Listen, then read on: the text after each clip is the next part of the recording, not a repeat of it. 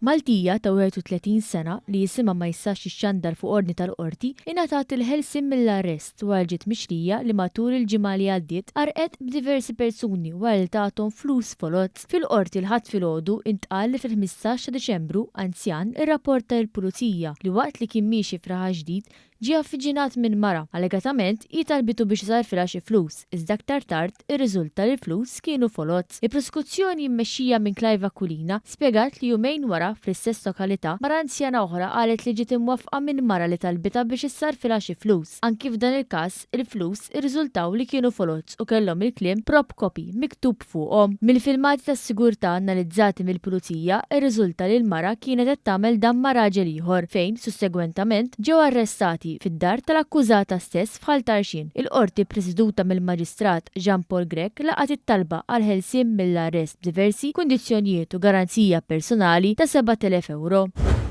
Raġel ta' 43 sena ngħata ħelsien mill-arrest wara ġie mixli li seraq minn supermarket b'Birkirkara. Il-prosekuzzjoni mmexxija minn Clive Aquilina spjegat kif fit-19 ta' Diċembru li għadda il-pulizija arrestat raġel li allegatament ipprova jisraq il-laħam minn supermarket iżda nqabad mill-ħaddiema tal-istess ħanut. Mill-investigazzjonijiet irriżulta li l-imputat kien ilu jisraq minn dan is-supermarket diversi drabi. Fil-fatt fl-14 ta' dan ix-xahar huwa allegatament seraq diversi oġġetti tal-ikel u xorb valur ta' 2,829 euro. Barra minn hekk f'diversi ġranet matul ix-xhur ta' Novembru u Diċembru, l-imputat kien jissaq l-istess tip ta' laħam b'kull serqa ta' ammont ta' 23 euro u 29 ċentesmu. L-akkużata metta l-akkużi miġġiba kontrih u fl-awla tenna li huwa għal dan il-vizzju għal li weġġa fuq il-post tax-xogħol ma stax jaħdem biex imantni lil familtu. Il-qorti presiduta mill-Maġistrat Jean Paul Grech laqet it-talba mill-ħelsien mill-arrest diversi kundizzjonijiet fosthom li fi żmien sena jħallas ammont ta' 345 euro lis-sidin tas-supermarket.